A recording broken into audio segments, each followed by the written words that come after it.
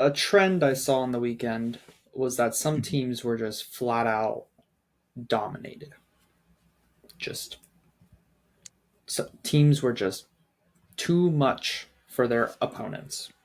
So something to do with domination. That, Gavin, is going to get picked up on some social media for the wrong reasons. Yes. That is what the title of this episode will be. If you insist. Dominatrix. And there it is. And demonetized.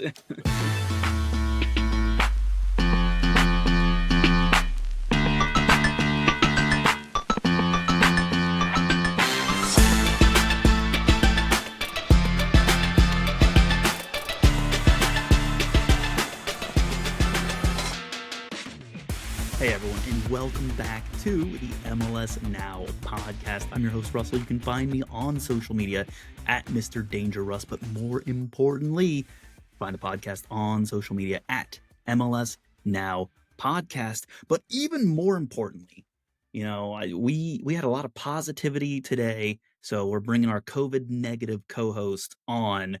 Gavin, congratulations on your triumph over the illness. First of all, how does it feel to have accomplished such a momentous task? Something, people the world over surely will envy you of. And second off, where can people find you if they wanted to ask you about your, trials and tribulations with COVID? Yeah, thank you. I appreciate it. I feel like a rock star. No, I feel pretty tired. I still am having smaller symptoms, like I'm coughing and still congested and still tired all the time. But The tired all the time was prior to COVID as well for you, in fairness. Yes, but it's even more so. I feel like with the positive. Yes. All right. But continue. Sorry, I don't mean to derail. I need to fact check you all. Yes, adulting is tiresome in its own right. Feeling better than I did, and I can feel myself slowly building back up. It doesn't help that I continue playing soccer games on the weekends in 90-degree heat, and our team doesn't have any subs, so I was dead. You just gotta sweat it out. I was dead on Sunday, to say the least. Gavin, it's like, when people go to the saunas, right, and they make it super hot and they sweat out the bad stuff in their body. That's what you're doing. You're just also getting exercise and some good cardio while you're doing it. Yeah, I mean, by the end of the match, there was no cardio happening. It was walking around that field. Well, walking can still be cardio, but Gavin, if you find that no cardio is happening inside of your body, please consult your nearest doctor. This episode not sponsored by a medical company. Sponsored by something else. Sponsored by something else. Something else that's quite heart racing, Gavin. Sure. Oh, yeah. A lot of cardio involved. Yeah, a lot of cardio.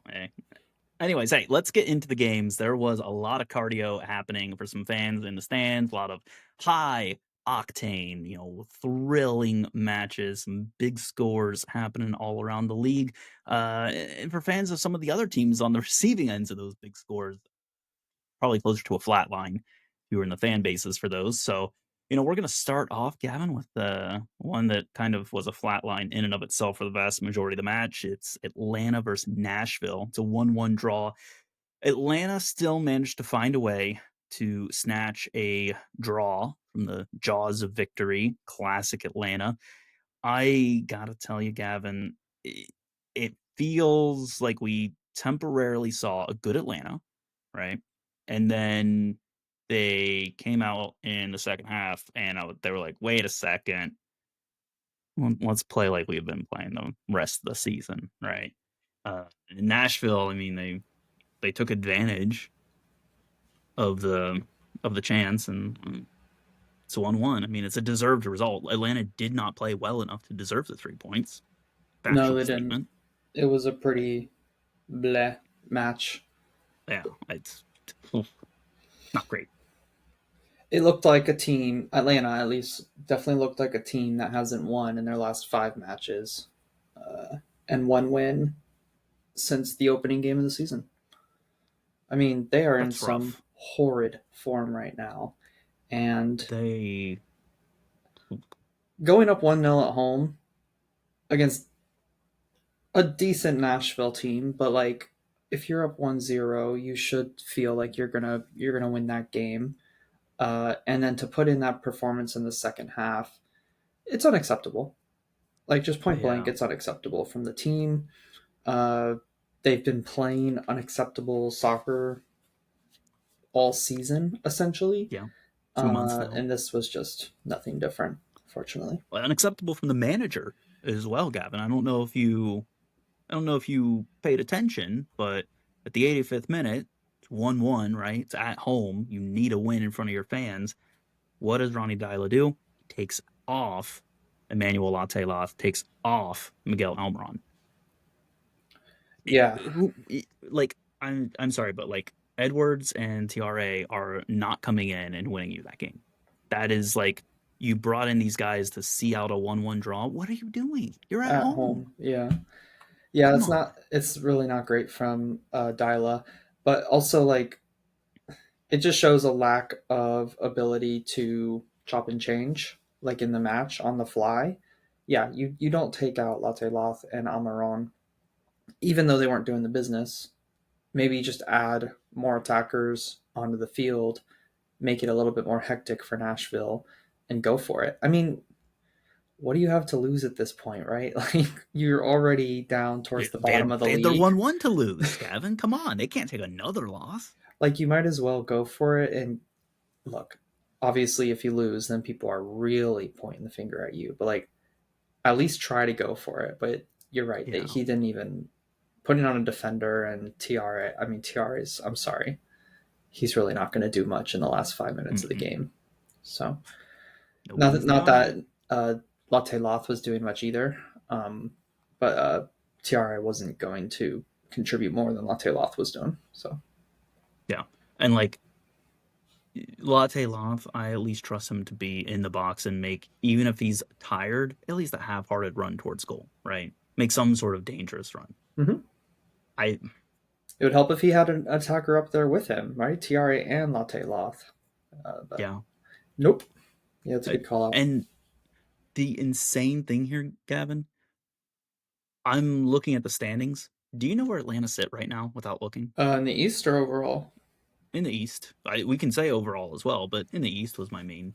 they've got to be like bottom three. So what is it? 13th? Yeah, they are sitting in 13th. Okay, yeah. They are, let me pull up the shield here. How far down? Let me just scroll to the bottom of the page. Ah, yes, they are 27th in the shield. Gosh, horrendous form to start the season. They must have had the most, or maybe second most expensive, highest praised. People loved it. Were super high on them transfer window, and You know woof. what? It happens I'm every season at this point, right? They have a big transfer window. They bring in these players. They underperform, and everyone's got them first or second in their rankings. And they haven't been this bad. Obviously, this is their worst start to a season ever. But they right. underperform, and A now, lot of that going around. yes, yes, it is. So I don't know. When are we going to learn? When are we going to learn that spending money I'm does not equal success sometimes? Yeah, I'll tell you what, it's not, I'm not going to learn that lesson this offseason either.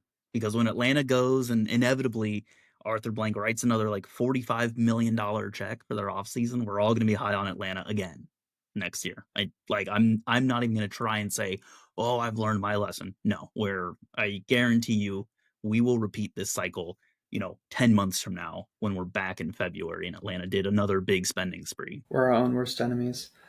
A lot of Yeah. talk on Atlanta there. I will say Nashville coming off of a 7-2 win against Chicago. We talked about it last week how there wasn't a ton of learnings from that just because everything went perfect for Nashville, everything went horrendously for Chicago. And I think that showed in this game. They weren't some amazing attacking team that's figured it out offensively, and defensively they looked the same. 1-1 draw for Nashville. It's a good road result, but also with the form Atlanta's in right now, maybe they'd want to go and win this one. Yeah, I mean, I'd agree with that. I think if right now you're any team in the East, barring, I don't know, Montreal, Toronto, you're probably looking at Atlanta and saying, "That should be 3 points." Yep, And absolutely. that's a rough spot to be in when you suddenly are becoming the get right game for people. I mean, holy moly, that's a bad spot to be in. Anyways, all right, well, hey, do better next time, Atlanta. We still have hope for you. Nashville, keep I guess kind of keep doing what you're doing. They're sitting in 10th. Like they're now in the top 10 of the supporter shield, which side note, let me just do some quick math here. 1, 2, 3, 4, 5, 6. 6 of the top 10 teams in the shield are in the East. So good work, Nashville. You got ahead of LAFC on the tiebreaker, so you're making the East look slightly stronger than the West. Hell yeah. All right, let's keep it moving, Gavin. It's time. Well, actually, hold on. Do you want to talk about teams making history first, just to throw this one in, even though it's out of order? Sure. I don't even know who made history. Oh, yes, I do. Kansas Yes, I do. City, Yes, I do. Yes. Yep. Kansas City. It, That's, it, Gavin, I have to tell you, I have never seen a post-match statistic that so adequately captured my thoughts about what a match would look like going in, and yet exceeded every single expectation I could have had for that match.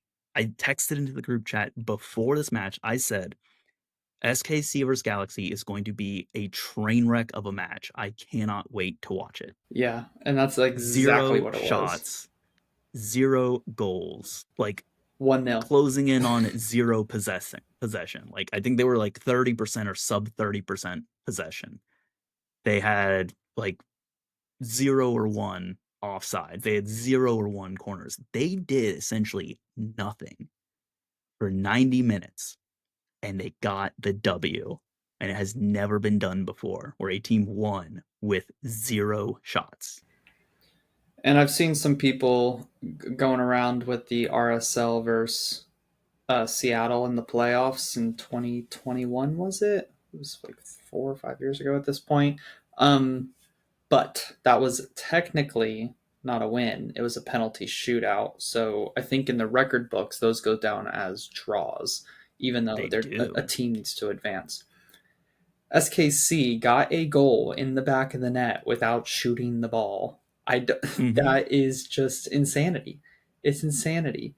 And they didn't like we've been saying, they did nothing in the game. 71% possession to LA Galaxy. Like what was that? What, you're at home. If I'm, oh my god, what is it? Zavinga? What is his name? Zavagnin. Um I'm pretty pissed with that performance. Like I Are you?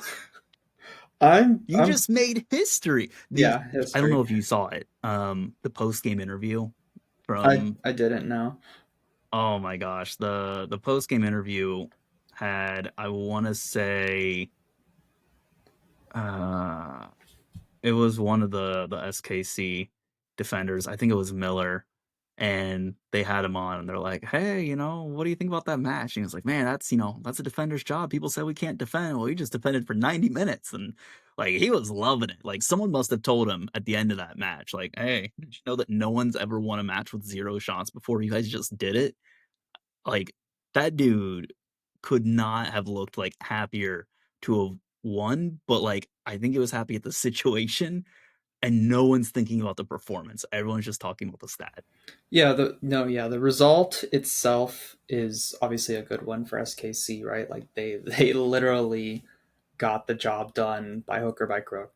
But yeah, it's not, I don't even need to say it, It, but I'm going to. It's it's not terrible. sustainable. It's Like terrible from the team. that was such a bad game, and I loved every minute of it. And Gavin, I'll tell you, only LA Galaxy in this current form, that would be the only team that this could happen to, I feel like. 100%. And I don't remember who it was, right? I think it was Shallowy. It was like 90 plus 4 in stoppage, right? Shallowy or someone. I'm gonna attribute it to Shallowy. You can fact check me if you want. gets the ball, and he's like one-on-one with a Galaxy defender, could go towards goal. And instead of doing that, the man goes to the corner flag. And that was like a pure dopamine hit. I was like, he's preserving the 0 shots win. That absolute hero could have gone for goal. It would have been him and one other person. He went to the flag. Like You already know they got to like 80 minutes, 84, 85 minutes, and they were like, guys, we still haven't taken a shot. Let's just not. Like, yeah, let's just I hold out the result and let's do it just for fun. Like, they were making comments about it on the field. I've got the stats pulled up from the MLS site. Uh, 0 shots, 0 shots on goal, 0 blocked shots, right? Obviously, so zeros across the board. They had 1 corner kick. They had 2 crosses for the entire match. I'm pretty sure one of those is the one that got deflected off Yoshida into the Yep. back of the goal. Yep. I mean, it's like 0 expected goals, great. 1 yellow card. Like, what did they do for this match? They They defended. had they had 13 clearances. That's what they did. They played defense, Yeah. and really, really decent It, defense. I it, mean, you know what the best part is, Gavin? I looked at this stat. Goalkeeper saves. LA Galaxy 0, obviously. Um, Sporting Kansas City 1. Even even with all the possession and all the defending they did, Holzkamp only had to make 1 save for 90 minutes. just a atrocious game overall to It watch. was so like I can't believe I spent 90 minutes watching that. And I love myself for it. And I had such a blast. And it's so fun to talk about this game in hindsight, but oh my gosh, what a terrible game. Feels like only an MLS thing. Yeah. This is this is the type of game that when people in like other leagues are like, oh, that's a farmers league, or oh, not a real league, not a serious league, they point to these matches. And you Yeah. know what? They're right to do so.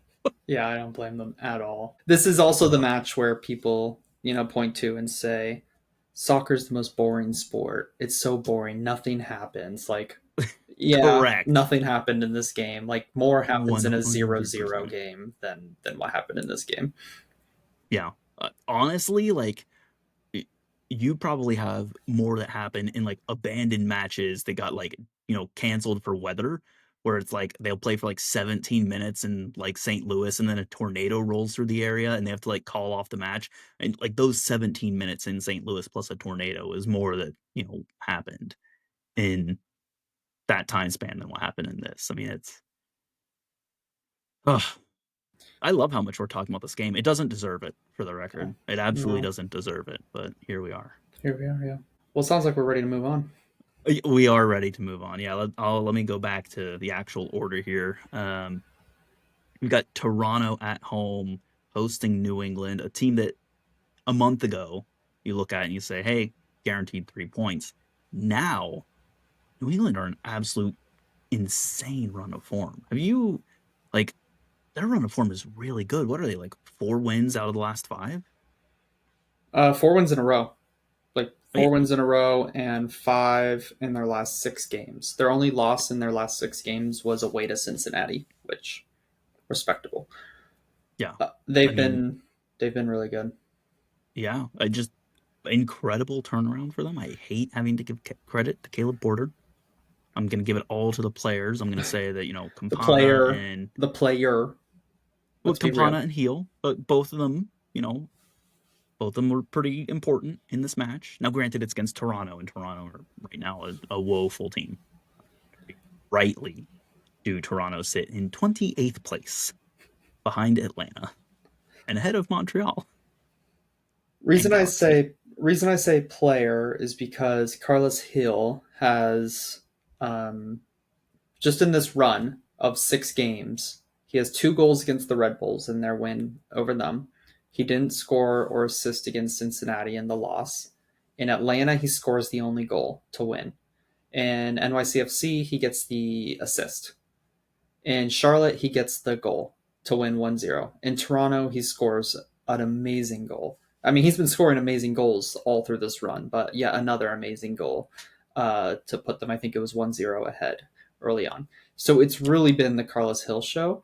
And now full credit to the coach as well. I mean, there was a system change that spurred all of this on. They went to three at the back, and they've just been more solid defensively and offensively. It's given Carlos Hill the platform to go and be an MVP caliber player again, which is great to see. But yeah, it's really been Hill or nothing right now. Yeah, I mean, that's fair. Like, like I said, look, Campana was also on the score sheet. Campana must have given some Revolution fans an absolute anxiety attack to pick up a yellow card, score a goal, and then like shortly after there's a play VAR is checking for like a potential red card on Campana. And I'm just like, that would be like the timeline trifecta where it's like yellow card, goal, red card. Yep. Lucky he didn't take his But shirt off after he scored. yeah, no kidding. I mean, look, the Campana being back is only going to help New England. I think you're seeing what he brings back to them because now teams can't just focus on heel, right? They now have to respect Campana and what movement he's bringing, what he, adds in terms of dimensionality to New England. I also don't think there's much to learn from this match because it's against Toronto. I'm sorry, Toronto fans. I wish that I had a better way of phrasing that, but I don't, and Toronto does not deserve a better phrasing than that. No, yeah, most of the quality chances were for New England in this match. Toronto didn't put up too much of a fight. I think they had one decent chance, but it was mostly all New England because Toronto is a garbage team and New England are in great form right now. Yeah. Robin Fraser's the coach at Toronto right now, right? He is. He is. How much longer you reckon? I mean, they have to stick with a coach eventually, in fairness, but like, I don't think he's the one, yeah, I don't unfortunately. think he's the one either. I saw Hey, someone speculate that Greg Vanny's going to get fired and go back to Toronto, and things are going to be no okay way. again. Yeah, no, he's staying the entire season at Galaxy. He's got the ultimate get out of jail free card. Yeah, he does. Two of them, even. He's got, I won the MLS Cup last year, and my star player, who's like one of the best in the league, was injured and out for most of the season. Yep. Yeah. I just, that is a hard to argue with thing. I keep seeing Savarese on the television. It's not going to be him. I would love to see it be Vanni Sartini, but I wouldn't wish Toronto on Vanni Sartini. I would wish the city of Toronto on Sartini because I adore the city of Toronto. Amazing city. I would not wish the team of Toronto FC and their front office on Vanni Sartini. Yeah, just a dumpster fire. But it is what it is. I mean, I just who does New England even play next? I mean, is this a flash in the pan for them, or are they going to go on a real run? I mean, they've got Orlando. Okay, they're away at Orlando this weekend. They host the Bruce Arena Derby, and then they're away at Kansas City. They're away to DC United, away to Montreal. Oh my gosh, they could get like another 4 wins in that. They really could, yeah. They could just go on a run here. That would be really impressive. Oh Yep. my gosh. Whew. All right. Well, cool. Gavin, anything else you want to add, or we get to move? Move on. Let's do it. Make like a ball and roll. Yeah. All right. Hey, Gavin, they called it the Battle for the East on the preview. I take exception to that title because it's Columbus at home against Charlotte. Columbus, I would say, should be expected to win given their record at home and Charlotte's form on the road. Columbus did, in fact, win. They won it 4-2. It was maybe dicey for like one hot second, right? Where Charlotte gets some goals back. But I mean, look, you're down 3-0. Like the second Columbus went back up to 4-2, the match was over. Yeah, it was the final nail in the Yeah. coffin. That Russell roll goal. Yeah, great game.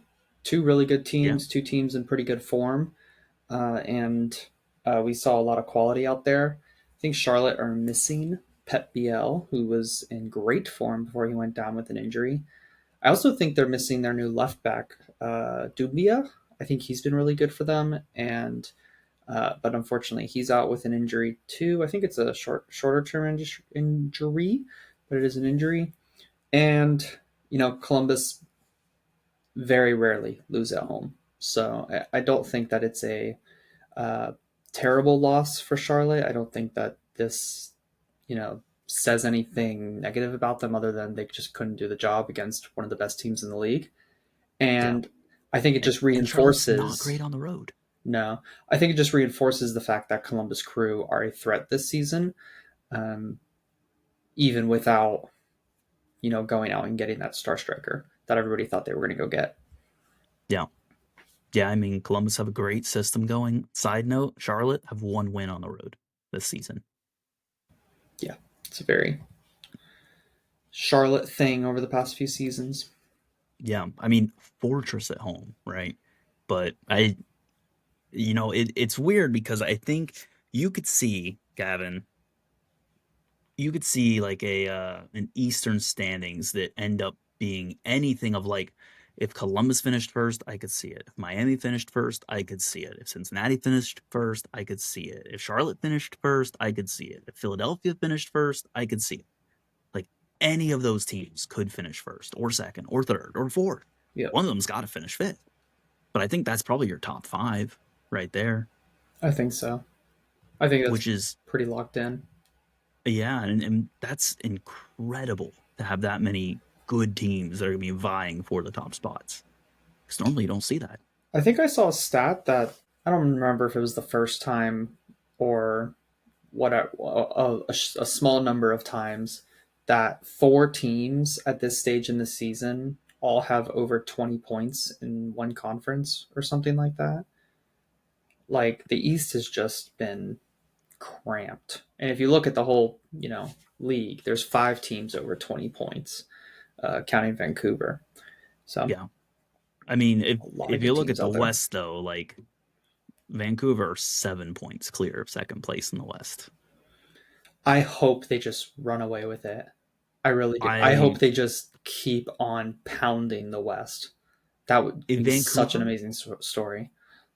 they are on a points record watch right now. Yeah, If they kept up this pace, which I mean, it's an incredible pace. I don't think any team could do that for a full season. But if they did, Gavin, they'd be sitting on like 78 points, maybe even like 81 points it'd be if, absurd. if that 34th match falls their way.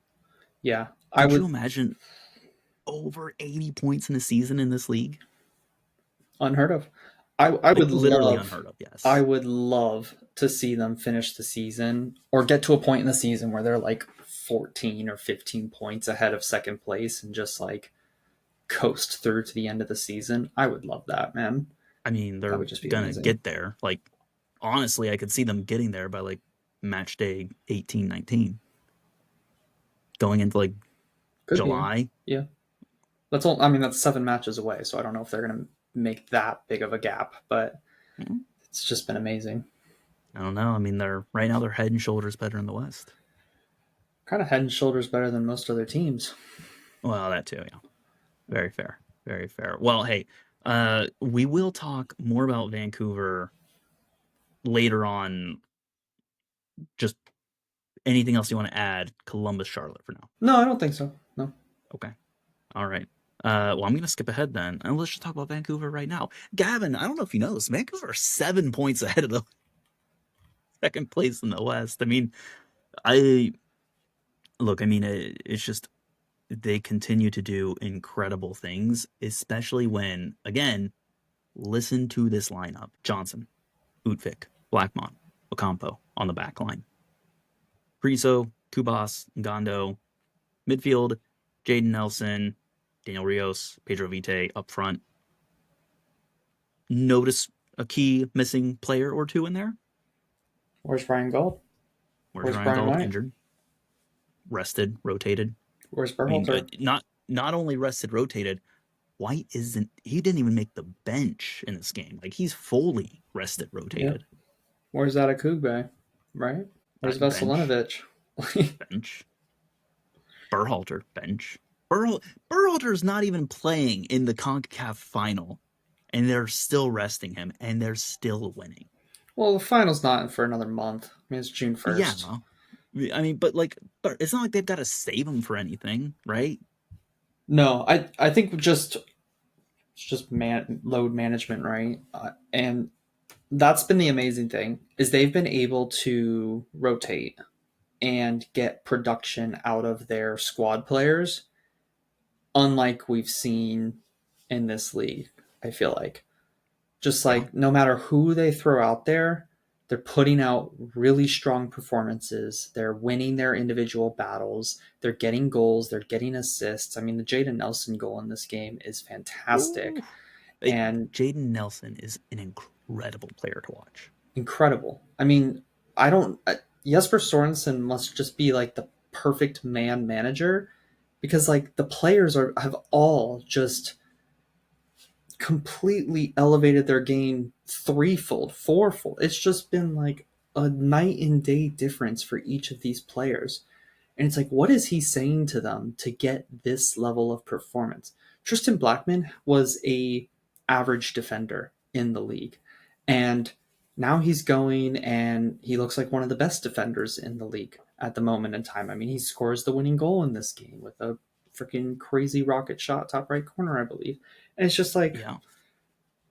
defenders aren't supposed to be doing that on a regular basis, and this team's defenders are, and this team's midfielders are just dribbling through players and perfect passes um, and squad players. It's squad players that you would throw out there to eat up minutes to let Berhalter get a rest. And no, those guys are going out there. They're battling. They want to be in the CONCACAF Champions Cup final. They want to win this game, and they are just sweeping the West right now. It's incredible to watch. We're going to be talking about them all season long like this, and I can't wait. Yeah. Okay, here's a really fun little piece of trivia for you. As you know, Vancouver have 11 players who are goal scorers for them. Nelson and Blackman being the goal scorers don't increase that count. Although, if almost any other player on the night who started had scored, it would have. Because, like, Priso, who you could see Ralph Priso scoring, doesn't have a goal to his name yet. Andre Kubas doesn't have a goal to his name yet. Ngondo doesn't have a goal to his name yet. Ocampo, no goal to his name yet. Utvik, no goal to his name yet. And like Blackman, a center back, is scoring. Utvik could easily score. I mean, everyone's scoring on that team. It's incredible. I mean, like, they rotated, right? And like, I look at that and I'm just like, any of those players out there could have got goals on the night. Agree or disagree, Gavin? Vancouver are going to end the season with over 16 goal scorers. Oh yeah, for sure, for sure. They'll get a random goal here and there from random players. Uh, I think absolutely they will. Okay. Yeah. I mean, agree. I'm looking at it and like, I think Utvik, like Kubas, Priso, Gondo, like all four of those, I think get goals at some point. Ali Ahmed, Ali Ahmed doesn't have a goal yet in regular season, and he's looked incredible in If that Champions Cup. if that dude could score a goal, if he could put the ball in the back of the net consistently, he's not long for this league. Yeah. He works so Again, hard. He's got great dribbling. He just can't get that final ball right. But if he could get that right, he's like the Adama Traore of MLS. yeah, yep. Like if Adama Traore could finish balls, like that man would have been signed to one of the big four in the Premier League. Oh yeah, absolutely. He was a unicorn. Yeah. Man, what a name. What a player. I haven't heard I of him in mean, ages. we didn't even talk about RSL. They They got didn't look flat out bad. dominated in this match, I think. And yet, like, they did. I agree with you. But like they looked like an average MLS side. It's not like you look at them and be like, oh, terrible team. Like, of course Vancouver dominated. Like they just looked like a random team in MLS. Yeah, they did. Like I think that's what makes it impressive that Vancouver are doing this consistently. Is it's not like they're playing against teams and those teams are going out there and being just like dog water. With the CONCACAF Champions Cup final in mind and seeing how Vancouver are just right now light years ahead of all of their opponents in MLS with their backups, does that make you feel less worried about Berhalter being out for the final? I wouldn't say I was worried. I was disappointed that he would be out for the final because I think it's a dumb rule. Oh, That incredibly stupid rule. like I look, I if a player gets a red card in one of those semifinal matches, by all means, keep them out of the final. 100%. Punish players for getting red cards, right? But with very inconsistent refereeing, emotionally charged matches, you have unfamiliarity with rules on how they're going to be enforced. Like, of course, players are going to pick up yellows from referees, especially players in the midfield. Like, those are the players under the most pressure. So yeah, I don't love that rule for semifinals. Like, I think if you pick up 2 yellows across 3 games, it's fine. 2 out of 3, I get it. That's I don't love it, but I get the rationale. But 2 yellow cards in 2 matches? No. Yeah, I think Mm-mm. that's ridiculous. It's ridiculous. Start a change.org petition. I'm Let kind of surprised I Berhalter haven't play. seen one yet. Like I You know, would. people are too busy, starting change.org petitions to get random pro referees kicked True. out of pro. And I wonder if Cruz Azul is missing anybody. I haven't checked. I haven't seen that they would be missing anybody. But if they were, I wouldn't be surprised if both teams were like came together and were like, "Hey, can we just let both Let the players play. sets of players play?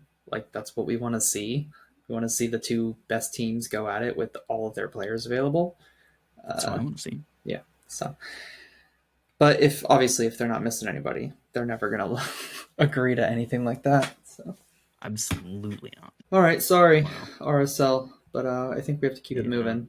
But We do need to Vancouver keep it moving. deserved the spotlight on this one. They absolutely do.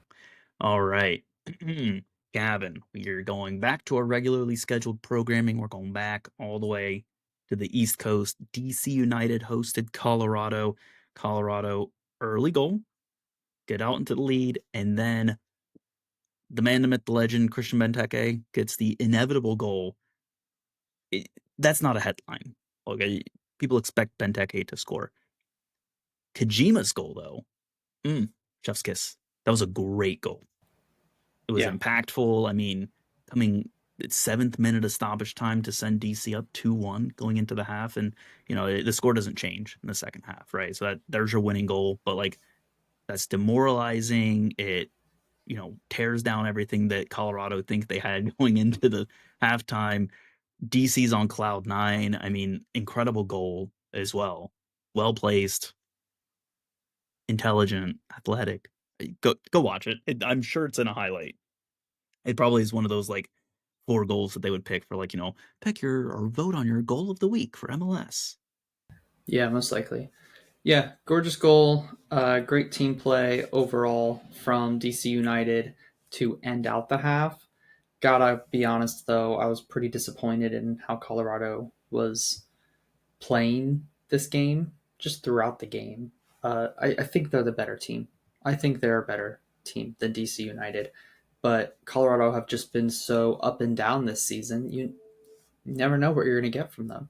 Some Yeah, games they are dominant and they are comfortably strolling to a win against pretty good teams. And then they're losing against DC United. They're losing focus for the last few minutes of the first half, and that ends up losing them the game. This should have been a game that Colorado went on to win. I think. I think I think this was their game. win or draw because Minimum draw. look, yeah, I Minimum. I just it's so hard to rule out DC United now that Benteke is back on the field. That's the only thing that I put as my caveat. That Man yeah, can't be stopped. that's fair. That's fair. Colorado disappointed me. Agree. Yeah. Again, not a headline. Unfortunately, wish it was. No fun stats either. I looked. If you thought I was going to throw a stat your way, you're wrong. Instead, I'm going to throw this your way. Um, one of the teams that I like watching the least in MLS played another one of the teams that I don't enjoy watching in MLS, and the result was exactly as you would hope. Miami 4, New York Red Bulls won. I didn't know which teams you were going with there. There were a couple different ones that I thought you could go Yeah. with. And here's the thing. I enjoy watching, like, if Miami had different players that didn't have the names that they do, I would be like, look at all these young players, look at these U22 signings, really enjoyable, look at the youth, the development, and I would be like, wow, look at what Miami are doing. I love it. But I'm Gavin, I'm overloaded on Messi branded commercials. I'm so done watching Miami, and it's just because of the commercials. It's like half the commercials on MLS season pass. It's like, oh, you want to make a Lobe Ultra? It's and messy. and Oh, you want to go every shop at Lowe's? It's messy. You want Lay's? It's messy. and every segment starts with something Miami Messy. related Yeah. or messy. Yeah. Yeah, it just feels like they're finding creative ways to fit Miami in there. Like they'll talk about Allende, or they'll talk about Yannick Bright, or they'll talk about Which I'm fine Segovia, but if they just talked about those players. it's always a Miami player or a Miami topic or a Miami game. And so yeah, as we talked about earlier this season, it's just getting to be a lot from the league. Yeah. And it's pretty pathetic, honestly, how much they just are shilling out Inter Miami, Inter Miami, Inter Miami. It gets old. But I mean, this game was another dominant game this weekend. It got out of hand quick. Very quick. Yeah. And Red Bulls, this could have been a tricky game for Miami, coming off of the disappointing exit in the semifinals of the Champions Cup. This Red Bulls team is usually pretty strong defensively, and they're not good on offense, but they can scrap a 1-0 any day of the week. But no, just Inter Miami's quality was too much for them. Yeah, I don't love how Red Bulls are playing this year. I don't find it super aesthetically pleasing to watch. Dreadful, dude. They're so bad. Yeah, if they get up a goal, right, their odds of winning skyrocket because they basically become unwatchable in how they start to play. But Miami got up early on a Pico goal, and it's like, okay, that's it. It's done.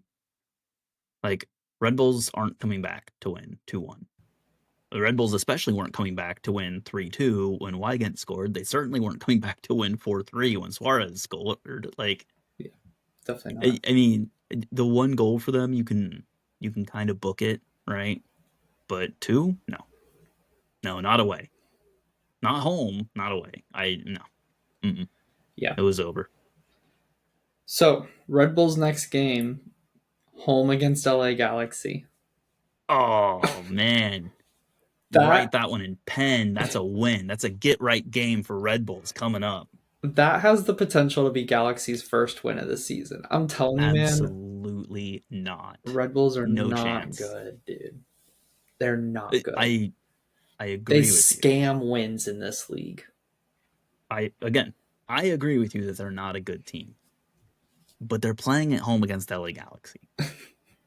That's a win. I think I don't know. I don't know if I'm going to put my money where my mouth is, but I feel my guts, my bones say LA Galaxy figure out a way to win this game. Not a chance. No way. Okay. At best, I think it's a draw. I think it's a 1-1 draw. Something like that, yeah. For a Galaxy. I think that's best case scenario for them. You know what? Vanny could switch things up. I mean, if once you lose a game where your opponent doesn't take a shot, like that might be the catalyst to be like, that's it. We're totally new system change. We're going to 3 at the back. We're completely switching things up, and we're going to see if this works. And maybe it does, right? Right? No, I see you shaking your head. Okay. It's not happening. No, sir.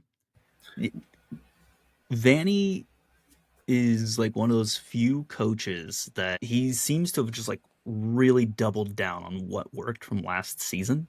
And he has every right to, because he won MLS Cup. Well, it ain't working this season. It's not. And I mean, look, he could change, right? But he hasn't changed through 11 matches. Why is he going to change for 12? Because they just lost a game where their opponent didn't shoot the ball at their net once. I'm telling you, that's going They to be a catalyst. also look. They also sit tied for the, you know, longest stretch to start a season where they didn't win a game, and I'm pretty sure they're going to set the record at 12 matches winless to start a season this Is the completely. record 12? The record's 11. The record's 11, so they just tied it. Them and They Montreal. tied it, and Montreal tied it. There are 4 teams that have done it, and 2 of them are in this season right now. SKC did it recently, right? Or did they do 10 games? I think they had 10. Sheesh. It's not good. Well, on the Miami side of things, I feel like Bright should be a starter for them. But they keep shoving starters for them. But they keep shoving Redondo and Busquets to start together. And look, they win. They figure out a way to win games in this league because they have quality. But I feel like their best teams have Yannick Bright and one of Busquets or Redondo in it. Because Busquets and Redondo to me are like nearly the same type of player. They're just going to go in. They're going to move around the ball. They're just going to pass it around. They're going to progressive pass it, keep possession, whatever. Can dictate the tempo of the game. Whereas Bright he's a destroyer. He's going to go in. He's going to win tackles. He's going to create transition opportunities. He's going to run around like a madman. Yeah. And I feel like that just works. That's a better balance than having 2 Sergio Busquets in there, in my opinion. Wow. And that was their midfield in this game, Busquets and Bright. Yeah. But I guess when you have players like Messi and Suarez on the receiving end of the long passes, you'd rather just, stick with the long passes. You don't need to, inconvenience a midfield. True. Yes. Hey, agree or disagree, Miami are going to be extremely dynamic and fun to watch post Messi and friends if they keep half to 3/4 of talent that they have in the youth around those players right now. Yeah, because the new DPs, okay, so have you seen that he's going to Europe, but have you seen that River Plate youngster? Which one? Mastantuanto, I think his name is. Mastantanto. He's an attacking midfielder. I think I've seen him, but I haven't watched. I haven't taken time to watch him. Yeah, I mean, I've just seen clips too. But people are saying he's going straight to Europe. He's not going to a MLS or anything like that. He's like 17 years old. I think those are the players that Miami should target next. Those type of high level talents that people are saying oh, they should be going to Europe. I think they're going to be going after them. Or like the Thiago Almadas. I think Miami's going to be in the conversation. Stupid bug. Are going to be in the conversation for the next Thiago Almada coming out of South America. 100% agree. So you already see it starting to happen. Look at the profile of these U22s that they're signing right now. They're high upside U22s. They're guys who, more often than not, it seems like they're hitting on. And it's because you're getting those, hey, this guy's going to go to Europe, or this guy's a sure thing, or this guy's way more developed. And it's yeah, okay, you can sign them because it's Miami, and who doesn't want to be in Miami? And you've got Messi on the team. But post Messi playing, Miami moves enough people to Europe, right? You don't need Messi on that team anymore to make the sale. You can just look at it and be like, hey, we moved all these guys to Europe. Come here. Also, Messi's an equity owner, but come here. Yeah. And, Miami is now a worldwide known brand. The likes of LA Galaxy were. Yeah. So. What? Were. I love that. What a shot. What a shot at Galaxy. They've kind of taken their place now. I guess. I know Galaxy won the cup, but I guess it's Galaxy and Miami now are the worldwide brands. But it was because of Beckham. Who do you think people associate more with David Beckham right now? Galaxy or Miami? Probably Miami. Because people know he's the owner and he signed Messi. I guess, yeah. So maybe it's David Beckham's associated with the Galaxy if you're an old MLS fan, a pre-Messi fan. And if you're like a post-Messi fan, you're like, I didn't even know that David Beckham played for the Galaxy. I thought he just Sit bought down. Miami. Yeah, sit down. Let's have a chat. All right. All right, we're moving on. We're gonna stick with the letter M. Uh, Rated M for mission, win a match, difficulty level impossible for Montreal, who lost this one again. Montreal 1, Philadelphia 2. I mean, look, it's Montreal, so obviously you figure they're going to lose. Indy Vasilev scores in like the first minute, so I mean that kind of just says what you should expect from this match. To be fair, Montreal do tie it up, and Philadelphia have to win it late, late, late Yep. to take the win. But like again, it never felt like from the second that goal went in, it just felt like one of those like Montreal might tie this. Best case, they're not winning it, and they Yeah. didn't. Yeah. No, I think that sums it up nicely. Philadelphia have been weird recently. I mean, this is a team that they should be, comfortably beating, just in terms Hmm. of the form Would you of say these they teams. could be dominating them? They should be dominating this team. They didn't dominate this team, and that was kind of Did disappointing you just to get see. I a just dog just walk received a into your dog. office? Yeah, Nice, I heard that. I'm not sure what she was doing, but my wife was like, yeah, putting her in here Well, now. you got to put the dog up. Like we've all got to see the dog. We don't want to put the dog Oh, down. yeah, audio listeners don't get to see the dog because Oh god, she's you're a strong guy. You can pick up a dog. Look at that. That's a dog. dog content. Usually it's cat content. And usually it's cat content. My cat is Oh, pretty currently girl. on the daybed. He's cleaning himself, so I will make sure to ruin his efforts here shortly when I go pick him up and be like, hey, "You just spent an hour making yourself clean, ruined in five Yeah, seconds." yeah. Two And he's more gonna be so hours. mad about it. 2 more He's gonna hours look to at me and be work. like, "This is why I shout at you at 5 in the morning, right next to you on the bed." Yeah.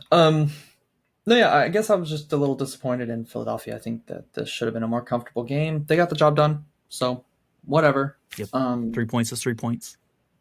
it just feels like they are doing what we kind of expected them to do, which was plateau after the press didn't work every single week like magic. Yep.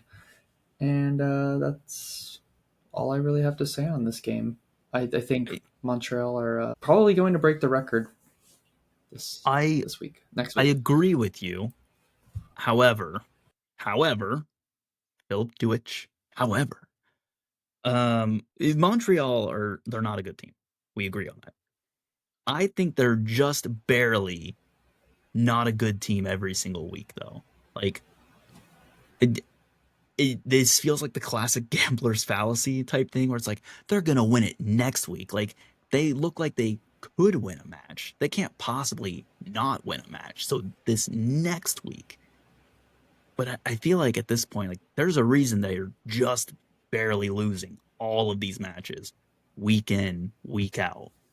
They don't have the quality to just get it over the line, to just get a Yeah. single win over the line. So it's a brutal run for both of these teams, Miami or Montreal and LA Galaxy. But for Montreal, their next game is away to NYCFC. And look, NYCFC weren't great, but they were okay. I mean, they got the win against Cincinnati. And Um, going away to NYCFC is always a it's struggle. rough for almost every single team except for like two who magically can just play well away at NYCFC. Very rare, though. Cincinnati cannot play well against NYCFC. It does not matter if it's home or away. Like I don't know what it is. Yeah. They Like just play like I a don't weird know if team. yeah, I don't know if maybe they're just like they have like, pigeon phobia and it's like they see NYCFC like show up and they're just like terrible. It's the I'm so blue. startled. It's the light blue. Yeah, it's the light blue. They're like, wait a second, that's supposed to be our color. Like, no, it's not. Well, yeah, I Montreal continued to am be disappointing, and this game wasn't much of a barn burner, to say the least.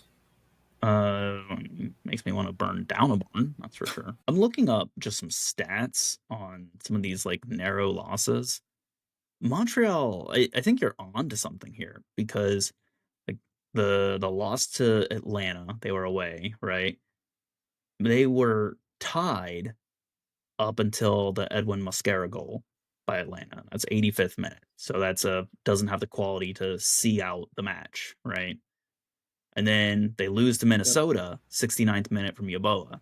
No quality to see out the match. Yep. Vancouver, well, Vancouver beat them and beat them early. Okay. No big deal. Nashville, second half, right? It's 3 goals in the span of about 10 minutes. And You if you look at remember that, was it you said that Atlanta match? Was it? No, no, no. the Okay, the Atlanta match. Atlanta. Yep. Remember that was one that everyone felt they should have won, but they Yeah. didn't.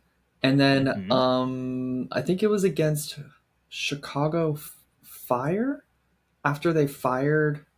I can't remember his name anymore. Courtois, Yep. Laurent Laurent Courtois. Courtois. I think it was against Chicago. They like totally dominated them. They were just comfortably the better team in that match, but they just didn't finish their chances and they tied that game. Like that one should have Yeah. been a win. It should have been. They were trailing, right? They got a goal in the 50th minute by Sealy. Just never found the back of the net again. And the same against Columbus. I remember they had a lot of chances against Columbus because Columbus have a suspect defense this season, but they couldn't find the back of the net, and Columbus Couldn't find the back of grinded the out net. the win. Yeah. It's those late, like, post 60 minutes for Montreal is like, if Montreal is not leading post 60 minutes, I don't think they're going to win any matches. Like, if they're tied at 60 minutes, they're getting a tie at best or losing. Yeah, yeah, that's what it feels like right now. Yeah. Yeah, because I'm looking, right. When they lost to New York Red Bulls recently, that's a 67th minute goal by Red Bulls. There it is, Gavin. You figured it out. You did it. I solved Yeah. Montreal. You've solved Montreal. There is I'm a proud of little you. gnat flying around me, and it is so annoying. Get a gnat swatter. Get a trap. Get a house in a state that doesn't I was have gonna an say, get out of overwhelming gnat Florida. population. Yeah. Yeah. I don't. There's your 3 solutions. You're Okay. welcome. Thanks. Moving on, Austin versus Minnesota. This match, I have a theory. You look at some teams that really just underperform, and when I watched Austin, we built them up over the offseason. We're like, look at this big spending they've done, look at this revamped attack they've got. What I'm seeing as the trend is, even if teams spent well, and look at Atlanta, for instance, they hired Ronnie Dyla. Austin hired, I think, Nico Estevez, right? They're okay. Like, Ronnie Dyla has history of success, won MLS Cup with NYCFC, great. But like, there's a reason that Ronnie Dyla left MLS. There's a reason Nico Estevez got fired from Dallas. I mean, look at Houston, right? Ben To be Olsen was at DC United for ages, and yes, he had a great FA Cup winning season. But like, I think there are I think there's an issue with teams that want to go get like a known quantity and or budget coach that doesn't know how to take advantage of the resources that the front office is going to put at their disposal, and it either direction, right? Like, you can get a great coach that doesn't know how to coach, you know, average players, or you can get a bad coach that doesn't know how to coach great players or even above average players. And I think we're seeing that across the league this season. That's why teams like Atlanta, Austin, who nominally should be having good seasons based on the expenditure, are struggling. Yeah, the only one I'll call out is Dyla. If I remember correctly, he left on good terms. I don't think he left because he was going through a bad run of form, right? Like he got fired. But I thought he but left just because he got a good opportunity in Europe. he did. But again, if you're an MLS side, because I don't think he went to like a top Didn't he go side. to like Rangers? Didn't he go somewhere in Scotland? Or maybe he came from Scotland. I see you're researching. You got your I'm researching. researching. But largely, I agree with you. The coaching in this league, we're He starting went to see a to gap. he went to Standard Liège Okay. in Belgium, and then went to Club Bruges, also in Belgium, and then was in the Saudi, or no, he was in the UAE. Sorry, yeah, I had to look where this club was based. Yeah, he was in the UAE for like a month or two, and then he went to Atlanta. That is a lot of jobs in a short period Mm-hmm. of time. Because Yeah, he so left NYCFC what in 2022? 2022. Yeah, so he was at Standard Liège for 1 year. He was at Club Bruges for 1 year, and then he was at Al Wada for less than a year, a couple months. Look, I'm not going to say like, oh, he did terrible, and that's why he did bad and he was fired, right? Like, I mean, he was with Club Bruges, and I mean, he had a sorry. I'll start with Standard Liège. Standard Liège, he had a 42% win rate. Club Bruges, he had a 57% win rate. Like, respectable win rates. Alwada, he had a not very good win rate. Atlanta United is his current worst win percentage, 18% win rate. Well, yeah, they've been terrible this season, so Yeah, he's got but I some time mean to make it up. But yikes, that's a rough start.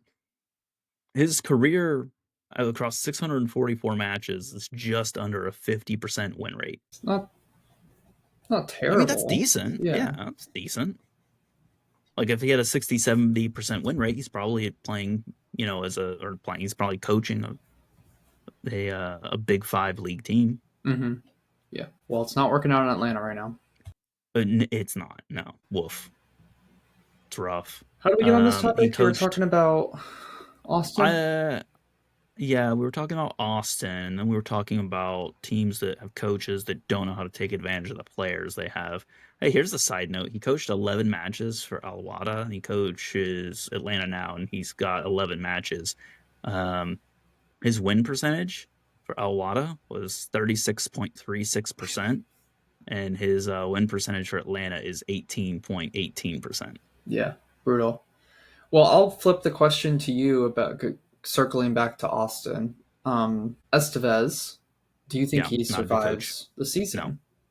no, not a chance. I No way. don't even know what they were thinking hiring him because he's shown at Dallas he really wasn't that great of a coach. He had one good season to start with and Yep. couldn't It replicate it. wasn't the one that he got fired for. No, couldn't replicate it over the next 2 years. And now you're seeing very quickly that he can't replicate it here. I don't know how you finish out the season with him as your head coach. And How much? How much did Austin spend in this window? well, they Were got, they a top five spending team? I'm pretty sure, and they got Bukhari last season for multi-million dollars too. They spent a decent amount on Azuni and Vasquez. Yeah, I'm looking up right now. I need to see what Austin FC spent on transfers because I it's there's no way that current season's transfers. Uzuni 12 million euros. Brandon Vasquez 9.6 million euros. Osman Bukhari 7 million euros. And now he came in mid-season last season. I'm Yeah, pretty sure. it's filtered by 2024, Yeah. 2025 since it goes off of global seasons, not the MLS calendar season. Oof, man. I mean, in 2024, 2025, they've spent 33 million euros. Yeah, and they're terrible. Yeah, I mean Minnesota were that's comfortable in this game. boy, Comfortable. it's a 3-0 win for Minnesota away on the road. 3-0 win for Minnesota. Now, this was a little bit of a freak result just because Stuver did something we haven't seen in a long time. He Oh, just let the ball go through his legs. Right. Well, okay. Should have been a standard save. So like that went wrong. And then Pereira scored a beautiful goal to end the game. So like it's a little slanted, but like still Minnesota looked comfortable in this match. And Right. we all know how Minnesota is going to play. We all know how they want to play. And Austin, it felt like just kind of played right into their hands. And Minnesota just had a comfortable day out. Got a nice little 3-0 win. Easy peasy. Yeah. I mean, like, yes, they play into their hands, but come on, you gotta get some production out of these players one way or another. Yeah, rolling Like, out the same exact setup every single week ain't going to do it. Brandon Vasquez scored 19 goals in a strike partnership with Brenner. There is a roadmap to show you how to set that man up for success, because when he played in a system and when he played with players that delivered certain types of balls and situations to him, he was part of a record-setting strike duo. And I don't know how you can look at that and say, that's something that made someone, a golden boot contender for a year. Let's do something completely different. Yep. It's not rocket science. It really isn't. It's the best. Yeah. Anyways, hey, it's a good win for Minnesota. Good job on them. They sit second in the West. I mean, which feels weird. They don't feel like the second best team in the East and yet or in the West. they're not the second best team in the East. In fact, they would be, I think, in sixth. Yeah, like it goes to show how poor the West is at the moment. Yeah. Austin FC are in sixth in the West, which is insane because they don't feel like they should be the sixth best team in the West. No, you asked me who's a team that's like kind of overperforming, like they look higher than, and I remember I said Austin. It just they no, they're not that good. They're frauds that don't know they're frauds yet. Yes, exactly. Like at the end of the season's going to come, and they will be lower than sixth. Yes, they will be in the place that they probably deserve by the end of the season, which would be sitting in like the 8, 9, 10 spots. Because like Colorado are a better team than Austin, surely, right? Seattle are a better team than Austin. Like both those teams will be above Austin. I don't know about Colorado, man. They're all over the place. They are. They're inconsistent. But it feels like they're better than them. I feel the vibes tell me that they're better. All right. Hey, let's do a quick vibe check. Special report to our correspondent down there in Orlando. Chicago, Orlando ended 0-0. How are the vibes down in Orlando right now, Gab? If you want to know if Orlando City are going to win a game or not this season, check to see if Edward Atuesta is starting in midfield. And that's all there is to say on the matter. First of all, Chicago were cooking us. They were cooking us in this game. First half, they had so many chances. Kuipers missed a sitter on the line. One of the corner routines that works great for them, where they just flick it to the back post and Kuipers is there. He just stretched out his leg and unfortunately skied it over the bar, even though he was like in the goal basically. So we got lucky there. Galese made a ton of really good saves for once. He had a really good game. And then they got the red card. Unfortunately for us, and as soon as they got the red card, the referee called a penalty. Goalkeeper red card. Goalkeeper red card. Yeah, I'm not sure what Brady was doing. Unfortunately, the contact is just outside the box. Referee initially called a penalty. VAR stepped in and called it a free kick. And that was, I knew at the time, that was a huge call because I knew we weren't going to be able to create without Atuesta on the field. We had been struggling the whole game to create any sort of danger. And with the red card, we created a couple of decent openings, but we just didn't have the quality to finish the chances. I think we hit the bar or the post a couple times. But we didn't have any creativity, really. It was just like get down the left-hand side and try to, shoot or cross. And Chicago dealt with it pretty easily. I mean, there was a point in the second half where Chicago were the better team still. On transition, they were transitioning, they were getting chances, and they still forced a good double save out of Galese while down to 10 men. And I think Pareja just handled the 10 men situation really poorly. We went to a point where we had one midfielder and like 5 attackers. We were playing like a 4-1-5, and we couldn't control the game because Chicago, down a man, had more midfielders than us in the midfield. And for like a 15-minute stretch, we struggled to dominate a team down to 10 men. So that was really unfortunate to see. It was a pretty dreadful end to the game from Orlando City perspective. And Chicago were pretty amped up after their 7-2 loss last week. So they'll be disappointed that they didn't win this game because they probably should have. But it was a good result, all things considered, after going down to 10 men. Gavin, would you like to engage in a time-honored tradition of doing math? Let's do it. I'm pretty good at math. Here we go. 23 minus x equals 21. Solve for x. Hint, it's the number of shots on target that Orlando City had in this match. 2. Yeah, we were skying shots like crazy, bro. It was terrible. It was really bad. Gavin, 23 shot. Like, there are some teams that go 2 or 3 matches with fewer than 23 shots and still have more shots on target. It was really poor. Defend yourself, please. Orlando City fans are really frustrated, and it's so clear that it's Atuesta is on the field. We do well offensively. Atuesta isn't on the field. We suck offensively. And now we can't even say we're doing great defensively anymore because we should have conceded in this game, if not for a missed golden opportunity by Kuipers and Galese just having a crazy game for once. For the first time in a long time. I'll say that. What a weekend, man. What a weekend for MLS.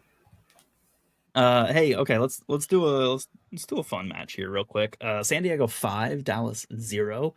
Thank goodness Bo is not here to have to relive that absolute shellacking of Dallas. I mean, it's the San Diego of I guess San Diego, right? Like this is how San Diego plays. It's the San Diego that we've watched all season play. I mean, I think Lozano had 2 goals in this match. Like, yeah, and both decent goals.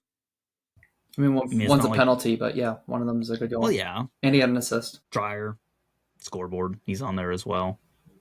He played well. And Valakari finally getting that goal. I don't know if I think he's scored one, hasn't he? One maybe. He's not scored much for the position that he plays and what he's supposed to be bringing to this team. 3 goals this season.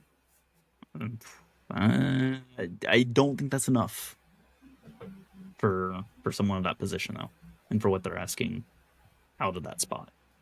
Okay, that's fair. I guess three's better than where he was, but need more out of him. He has a lot of assists though. Yep. Tell you that. Which I mean, I guess whatever. Like if he gets 5 goals and 15 assists by the end of the season, then hey, who cares? What do I know about soccer? Right. My main takeaway from this match is MLS needs goal line technology. The 4th goal, I mean, it doesn't matter, right? It's the 4th goal in a 5-0 win. But the 4th goal is not a goal. Sorry, it just isn't. Valakari, whatever you want to say his name. He shouldn't have had a goal, technically. Not sure how the ref on the sideline could call that. Not sure how the center ref could call that. Not sure how VAR can look at that and say, that crossed the line. You see the ball go up. It goes straight down. You see it hit the line. It doesn't even look like it's close to the line. It looks like it just goes, on the line, out. Never a goal. It's just another example of MLS needing goal line technology. So really frustrating to see that. Other than that, Dreyer had a monster game in this one. He was just everywhere on offense. And he does get a goal and 2 assists. And I've been critical of his final ball in this game, but his final ball was on point in this game. He was a joy to watch, for sure. And yeah, San Diego just comfortably beat FC Dallas. It's safe to say from what you're saying, Gavin, but I think safe to say as a whole, if we had to go through each and every team and say, who's your MVP, for the season. I think for San Diego, it's got to be drier, even though we're only a third of the way through the season. Like I don't think that's changing. No, yeah, got to be based on what drier. we've seen. And I'm glad you brought that up because for Dallas, I was thinking this was going to be my talking point for them. For me, it's Musa. And I think they're really missing Musa due to his injury. He's missed a lot of. I mean, yes, I think he's their top goal scorer. He's also missed a ton of chances. He has. Equally impressive. But anything good that's happened this season has come because of Musa for the most part. I mean, Acosta's done his thing, but like, yeah, I mean, he does the Lucho Acosta thing. Musa and Acosta, I think, were working decently together, and I think they're missing him big time. I wonder if Bo would agree with that or not. Maybe I'm just not seeing something, but like, I think they're missing Musa bad. That's a tongue twister right there. Say it's that easy. 5 times fast. Record yourself. I'm not going to. Send it to the MLS the Now. Listeners don't want to hear that. Send it to the MLS Now podcast, Twitter, Instagram, or something if you can say that 5 times fast, because we'll play it for Gavin. And that win snaps, was it 3 games in a row that San Diego lost? Yeah, so they're back in the win column. So big win for them. Big win. My one caveat, Gavin, Snapdragon Stadium field worries me. It wasn't pretty, that's for sure. It's May, Gavin. There's a lot of season left to go. Yes, there is. And San Diego FC are not the only team that uses Snapdragon Stadium. So I'm nervous. Agree or disagree, Gavin? Snapdragon Stadium has at least one match moved to another stadium due to field conditions by MLS. Maybe late in the season. Maybe if they get like a storm or something. I don't know what the weather's like in San Diego. I thought it's pretty nice. It's gorgeous. Everyone wants to live there. So maybe. If I had to give yes or no, I'd go with no. I think they keep it at the stadium. All right. And they just figure out a way to improve the field conditions somehow. I hope so. But I so desperately want you to be correct, for the record. I'm just so skeptical watching that and looking at the calendar and saying, ugh. Yeah, I mean, you can see it clear as day on the TV. It's terrible conditions. Yeah. All right. LAFC versus Houston. As you may recall, Gavin, we did already talk about Vancouver, so we get to skip over that one on the list. Sure do. LAFC versus Houston. LAFC, it's a 2-0 win. I'm going to sum it up as this. LAFC were expected to win, and they won.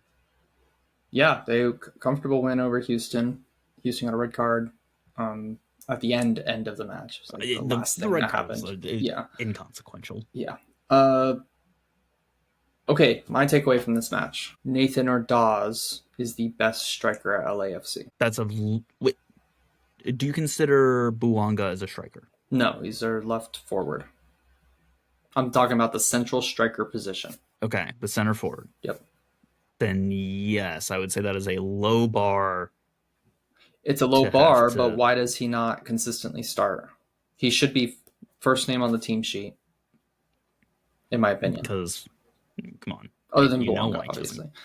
You know why he doesn't consistently start. He is so far and away better than what Giroud is providing, and pretty far and away, not so far away, but like he's doing better than Mbopase too. I know Mbopase scores in this game, but like Ordaz is just everywhere. He battles for every ball. He is able to dribble. He's able to hold up. He scored in this game.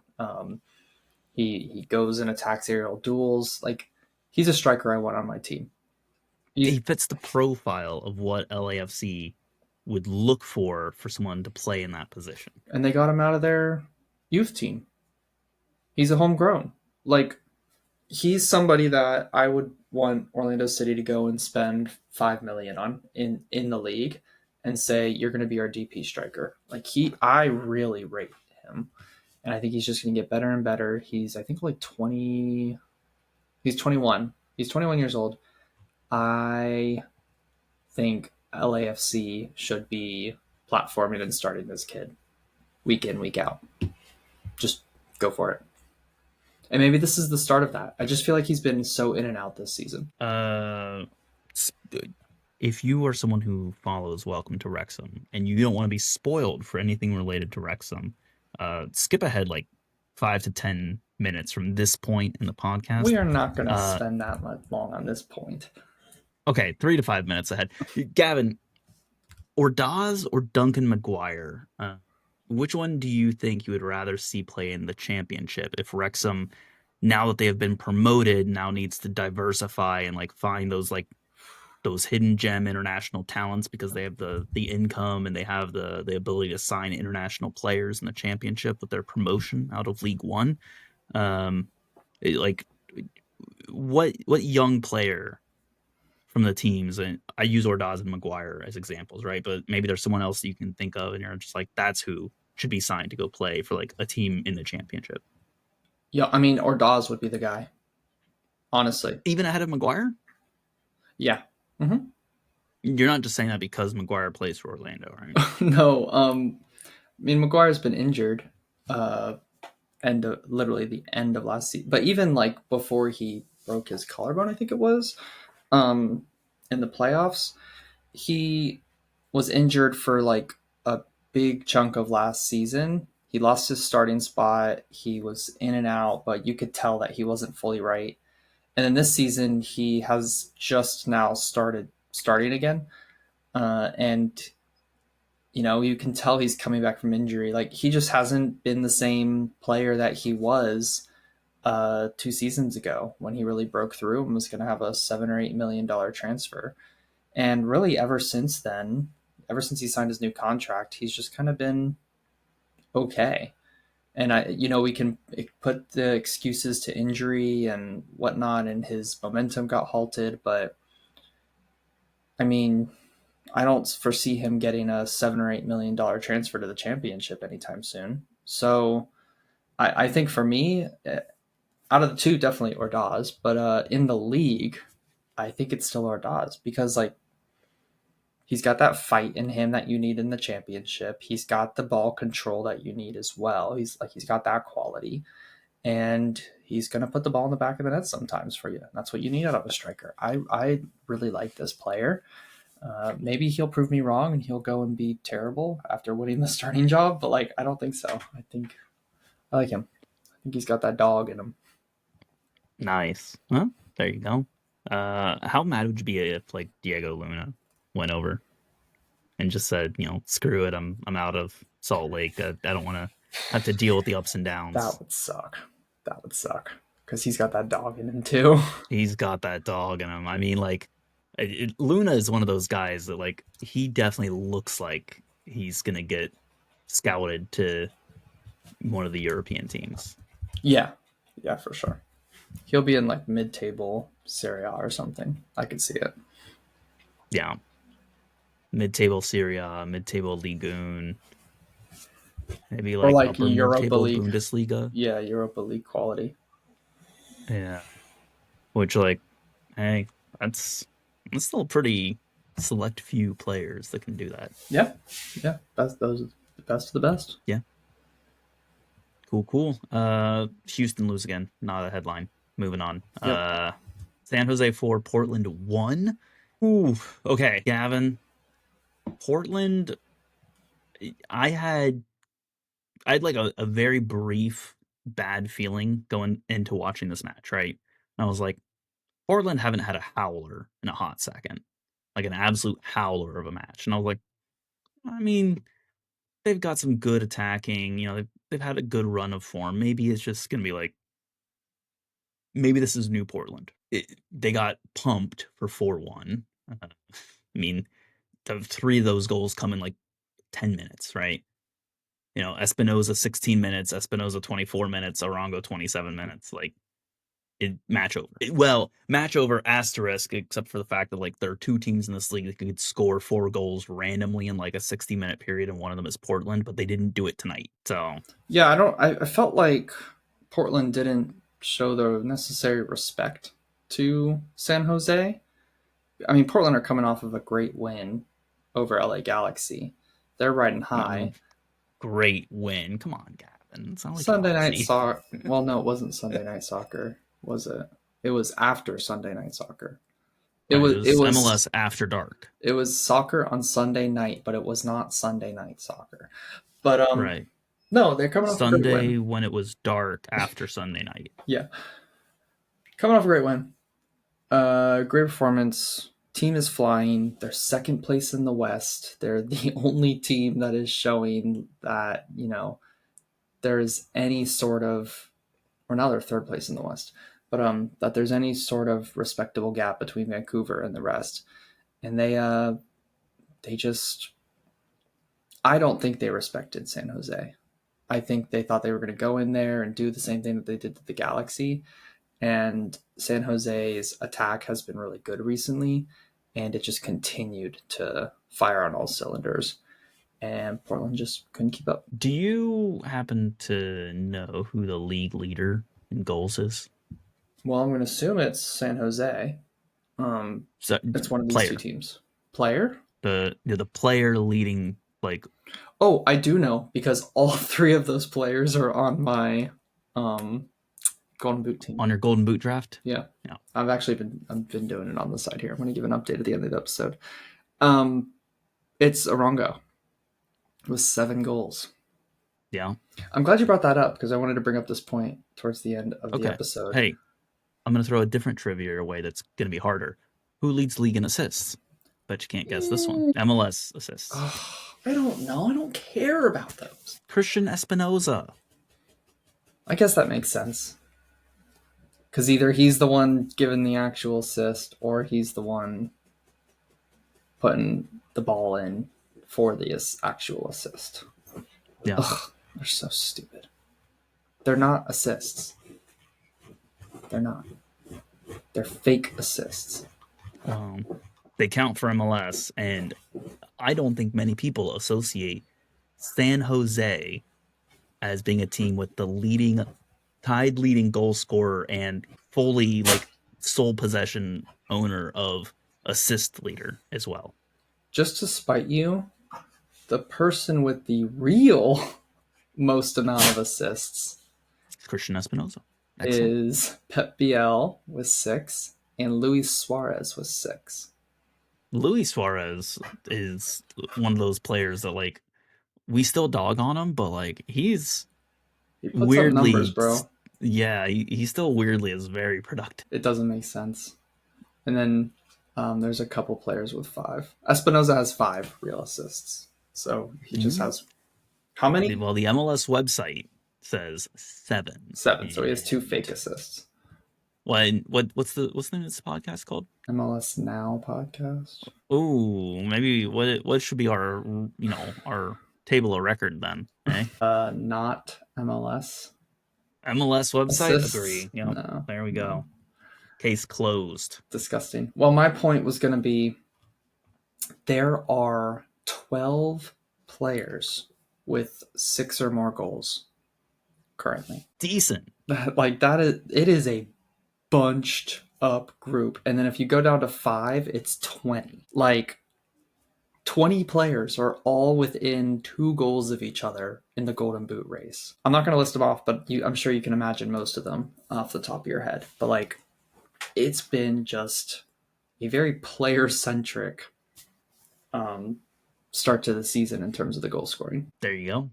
Well, either way, all this to say, Gavin, Timbers did not respect San Jose. I agree with that point, and San Jose showed why they have so many players sitting at the top of the individual contributor tables, which is interesting because they had a rough spell, right? They started off flying the season and then had a rough spell, and people were like, San Jose, same old, can't hire just Bruce Arena, expect to be good.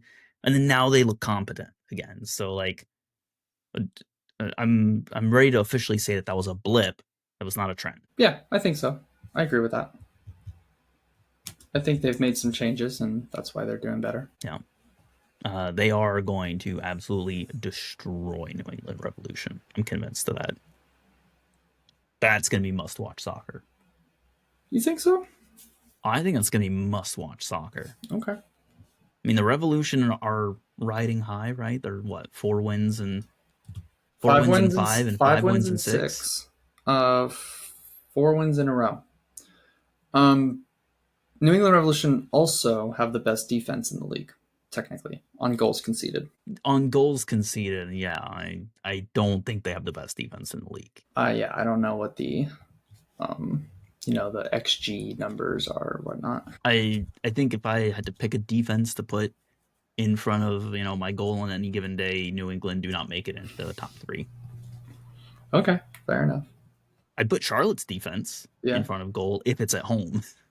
yeah, Home Charlotte defense I put in front of goal any day of the week. yeah. That's fair. All right, anything else you want to add in on that? Otherwise, we have 2 matches left to go. Gavin, Let's do boy, it. that time is looking like we're going to run it close. Yes, let's do it. All right, Seattle 4, St. Louis 1. Seattle Sounders, are they finally getting to mid-season Brian Schmetzer form? That is the question we ask. And the follow-up question is, when do St. Louis pull the trigger? Soon, because it looks like the players kind of gave up at this match. Yeah, This was it's another coming. This was another beatdown. Yeah. You probably had this lined up to tell me, but they had 29 shots in this game. 29 shots. There wasn't even a red card for St. Louis. Just Seattle were just dominant. Yeah, A theme of the weekend. I mean, I can tell you MLS has their shots even higher. MLS has them on 31 shots. Yeah, here's an incredible stat for you. St. Louis had 0 corners in this match. Wow. St. Louis had 0 corners, 7 shots. Seattle had 8 corners. They had more corners than St. Louis had shots, which is incredible. Yeah, it was pretty poor from St. Louis. What's funny is, didn't they score first? Yeah, they got the penalty, and then they give up a penalty stupidly, and from there it was over. They really didn't have much else. Yeah, I think it's another one of those teams, unfortunately, where it's like, we know they're not going to be good, and we don't see a miraculous turnaround coming anytime soon. And so we're just going to sit here until they do a Caleb Porter, I guess, and go on a run after changing formation, or they're going to fire him. Melberg's style has been very consistent, and even when he was getting criticized in previous teams and previous leagues, he didn't change that style. He's not going to change it in St. Louis. You're going to have to pay that man out his contract and say, hey, thanks for giving it, the old college try. Please take your 3 years of compensation and kindly go untag yourself from our photos on social media. Yep. That hire never should have happened. They were offensively, towards the end of the season last season, really good. And they just threw it all away. It's just incompetent organizations. I mean, we talked about it with Austin. Why are you hiring Nico Estevez? There's literal proof that he was not a good enough coach. Melberg, there's literal proof he's not a good enough coach. It screams of, like, I know it's not actually nepotism, but like, it screams of nepotism. It screams of, oh, I know a guy, I have contacts with agents, and so we're going to get this guy in, which I know is the sport of soccer. Like, I get that's how it works, but like, it's kind of pathetic. It's kind of sad.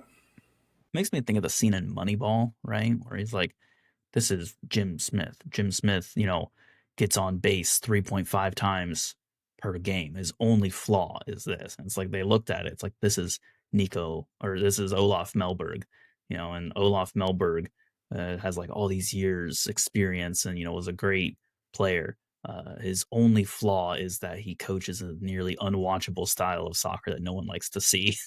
Well, so let's hire him as a coach. Yeah, let's hire him as a coach. They should have hired him as like a assistant coach, or like a defensive coach, like a strategic position, not like Eric Ramsey from Minnesota was the Manchester United set piece coach. You can specialize and be a coach that's focused on, you're like an assistant coach or a niche special Like look at the NFL, right? They've got an offensive coordinator, they've got a defensive coordinator, they've got a special teams coach. Like you've got a quarterback coach for like 3 guys on your roster. It's not unheard of what they're Yeah, doing here. I don't think the job of head coach is right for Milberg. Maybe not in this league, I would say. There are some leagues where they are much more defensive leagues in general, and maybe he fits in completely fine there. Maybe. MLS is not one of those Yeah, leagues. for sure. All right. Anything else? Knew Otherwise, who scored. We got a new who goal. I think that's his like second or third ever. So cross it off the list. always nice to see those. MLS bingo. Yeah, that's it now. All right, Gavin, our final match of the docket. NYCFC 1, FC Cincinnati 0. FC Cincinnati's kryptonite. I swear the head-to-head for this match has got to be so heavily skewed towards NYCFC. It's incredible. I'm actually looking at it right now. And it looks like you guys have been comfortably the better team recently in the head-to-heads. Fascinating. It does not feel like it. You guys beat him in the playoffs on penalties. You lost in the away leg. We always lose in the away leg. You beat them in the home leg. You lost to them away. And then you had 3 wins in a row between Leagues Cup and MLS. And then you had, 5 wins in a row between 2023 and August 2024. And then your last loss to them before that was September of 2021. So, I mean, like, you guys have been comfortable in the series, I'd say. Before that, it was all NYCFC because, before that, your head-to-head with everybody was it was negative. The other team, unfortunately. Yeah. I'll tell you, it doesn't feel like it, Gavin. I don't know the last time I watched a good match where FCC played like cohesively against NYCFC. NYCFC are a tricky team away, man. I can't wait for their stadium. Yeah, away they are an incredibly awkward team to play against. But I mean, look, FC Cincinnati looked completely unprepared for this match. Like I very fortunately was unable to watch this one real time because I was visiting family, and I had to go back and unfortunately rewatch parts of this match, and that was unpleasant for all involved because they didn't look good at all. Yeah, players didn't. The players didn't like seem to know where they were going to pass to each other. There was no chemistry on the field. I caught this match. You guys didn't look. You just didn't look. It didn't. You guys didn't look comfortable on the field. And I know we talk about it all the time, every single season, Yankee Stadium tax, but it's true. Sorry, it just is, and especially with your formation, you guys need to stretch teams horizontally, and there is no way to do that on this field. And so I think you guys just kind of got caught up in the skinny field, and you guys just don't have the verticality to be able to punish a team. I agree with you. The really funny thing to me is that FC Cincinnati don't seem to play well from wide this season either. No, but you're you have to. Your but tactics force you to do that. We can't do it. You guys are winning games. We are winning games, and sometimes I cannot tell you for the life of me why that worked, because then you watch us for the rest of the time, and it's just okay, good. They kind of just made it work for that one moment, and then it just didn't work for most of the rest of the game. I'll say this: you guys are not a fun watch. No, we are not fun to watch at all right now. You guys just kind of grind out results, but it's pretty awful viewing. I'll tell you, Gavin, it's really fun in the stadium when someone like Denke scores a bicycle kick and we're not watching, the other 89 minutes. Yes, yeah. The random bicycle kick happens, but other than that, that's Yeah, you're right though. Cincinnati's not a fun watch right now. It's a good way of summarizing it. As of for NYCFC, for me, it feels like it's the Alonso Martinez show. It feels like every game he's getting on the score sheet or he's impacting the game somehow.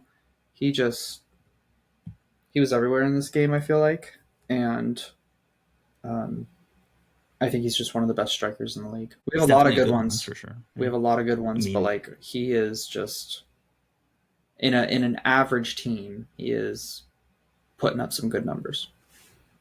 that's fair. Yeah. Are NYCFC an average team? Let me. Yes, they Where are they in feel the average. standings? They are 7th place. They are like your almost dead center of average. They are a 1.55 points per game. And I'm telling you, a lot of their points are coming from Yankee Stadium tax. Gavin, this is incredible. They are 13 goals forced, 13 goals allowed for a goal differential of 0. The only one in the entire league. All I'm saying is they better beat Montreal next week. They They will. Look, better. that's They you better write beat that one them. in pen. I'm telling you, write it in pen. They will beat Montreal next week. They better. Every single team will beat Montreal next week and the week Someone will after. lose. Someone will lose. No, they We are won't. not The going to only have a people who are going to season. lose, the fans are the only ones that lose, for the record.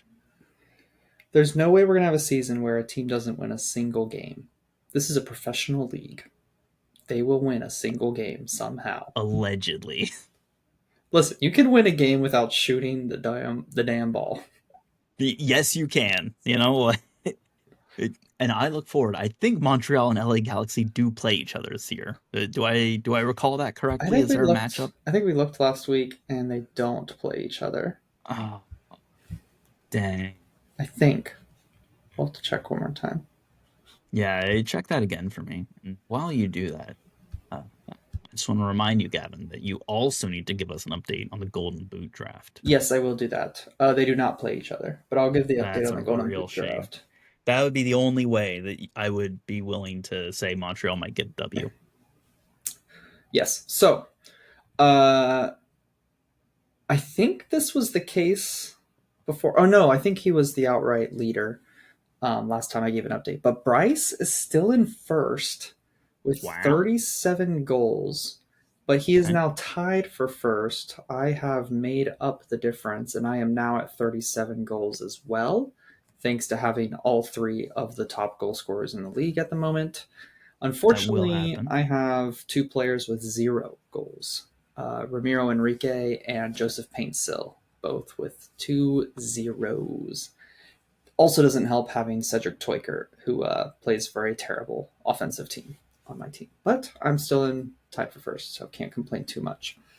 Bryce is sitting up there thanks to a just fully contributing cast of He's the attackers. Vancouver Whitecaps of this draft. Yeah, literally. I mean, he's got Messi since he went first overall.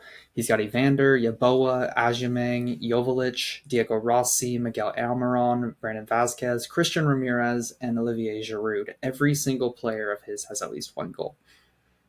It's incredible that every single one of his players has a goal because I think Giroud is like the one player you would look at and be like, I don't know. He did get him 10th overall, and 10th pick overall. Or sorry, no, He's what got is that one. called? 10th round.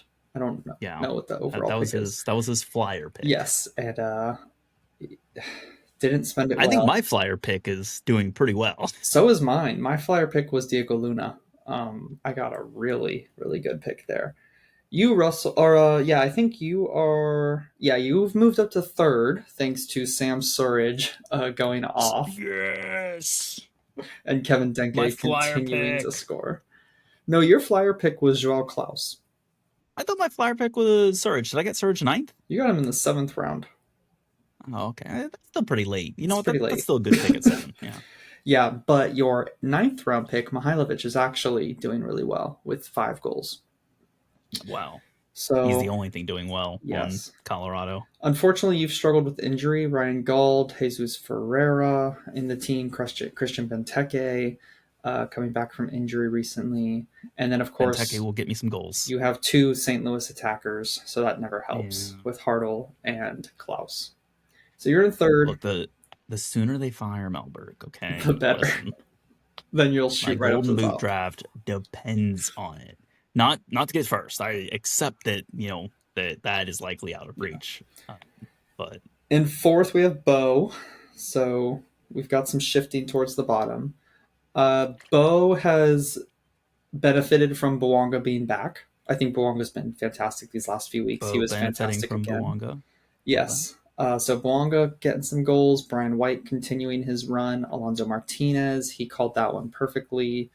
And then he's just unlucky with both Lewis Morgan being out for so long and then Orejano just not scoring goals this season. So that's where Bo comes in, and he is on 30 goals. I don't know if I said it. You're on 32, so you're 5 behind us, right? Me, Bryce and I. That's better than I expected. I thought this was going to be more of a Vancouver gap Not as well. quite. It's pretty close, as is the goal scoring, the actual goal scoring, Golden Boot race. Side note, here's a really fun statistic that I saw from various FC Cincinnati social media accounts and group chats and all that. Luca Oreshano last year had 0 goals through the first 10 matches. Okay. So he's going to go off towards the end of the season again. Right. And he's in the same spot right now. He also has 0 goals. David gets us to number 5 on the list out of 5. Hey, David. He has 29 goals for. Okay, he's not that far behind. This is neck and neck for 3 to 5. Yeah, it really is. And he's kind of being carried by his team, like his whole team as well. He also doesn't have a single player with 0 goals. He just has too many players with 1 goal. So he's being carried by Hani Mukhtar, Josef Martinez, Lozano, with some 4s and 6s. Latte Loth he's got with 5. But unfortunately, Gabriel Peck, Pedro de la Vega, and Cengiz Under all have 1 goal, and that's what's holding him down. So let me just confirm de la Vega. For some reason, I thought he had more than 1, but no, he's only got 1. Okay, so yeah, David's on 29. So we're pretty close. It could go up and down every couple weeks, I feel like, but we're doing pretty good. We might need to do get another 4 goals. I know we talked about doing like a mid-season. We each get to sub out a player, and we do like a quick sub out draft. I have 4 players that would be sub out worthy, considering I think 2 of them are on season-ending injuries. Yeah, so we might have to do that. I feel like since I picked last, I should get to go first in that. 100%. It reversed the order. Yeah. I agree with that statement. That would be only fair. I don't even know who I would pick, though. Ordaz. You would pick Ordaz from LAFC. If he were to start consistently, I might go after Ordaz. Let me look in the top 20 players. I think we have all of them. You know who I didn't see? I don't think any of us picked Carlos Hill. Yeah. You know what? I'm pretty sure you're right. I don't think I saw him when I did this update. How did none of us pick Hill? I mean, because Caleb Porter is the coach of New England Revolution. Yeah. So none of us picked Hill. None of us picked Felipe Mora, which is interesting. I thought Bo might have picked Mora. He picked Jonathan Rodriguez, though, from Portland. And we didn't have high hopes for them. None of us had Tani Oluwaseyi. None of us had Pasalic. Those are the players with 5 or more goals that we don't have. So, yeah, good stuff. Lastly, then, we don't have to spend any time on this, but just know, listeners. And we won't. Tuesday and Wednesday, Open Cup begins for all MLS teams. I will spend as much time talking about the U.S. Open Cup, which, side note, I do love the U.S. Open Cup, but I will spend as much time talking about it on this podcast as MLS spends promoting it on their official channels. Yeah, I'm sure many people had no idea that there was Open Cup this week. Hashtag do better MLS. The Open Cup is so cool and fun, man. Just Lean into it. And there are no MLS v MLS games right now. It's all MLS versus lower tier opposition. So we are on upset watch. There's going to be one. It's the Open Cup. There's always one. There's going to be more than one. Yeah. I cannot wait for the LA Galaxy. I'm certain they're not playing in it, but like I can't wait for them to be in the U.S. Open Cup next year because they're going to have basically not qualified for anything at all. Yeah. They'll based probably on win this it. season. Yeah, if Ricky Puig stays, they'll win it. Ricky Puig playing like a USL League 2 team. Absolute cinema. And it's going to be on like a high school field that's currently spray painted with a lines for football, but not, soccer. Yeah. Absolutely pathetic. Yeah. All right. I'm done with stuff. Hey, I'm done with stuff too. In fact, I'm done with this whole darn podcast. Gavin, thank you very much for joining as always. We said that we were going to keep it to sub 2 hours, and I am proud to tell you that we are currently on track for that by like 30 seconds. So I'm going to wrap it up right here and say thank you as always to Gavin. Thank you as always to the listeners, to everyone who continues to tune in, to support the podcast, interacts with us on social media. We appreciate every single one of you. Hey, we appreciate the players too, who go out there and put in the hard performances to make history every single week. Looking at you, Sporting Kansas City. So anyways, hey, with that said, once more, Gavin, listeners, everyone, thank you very much as always, and we'll see y'all next time. See you next time.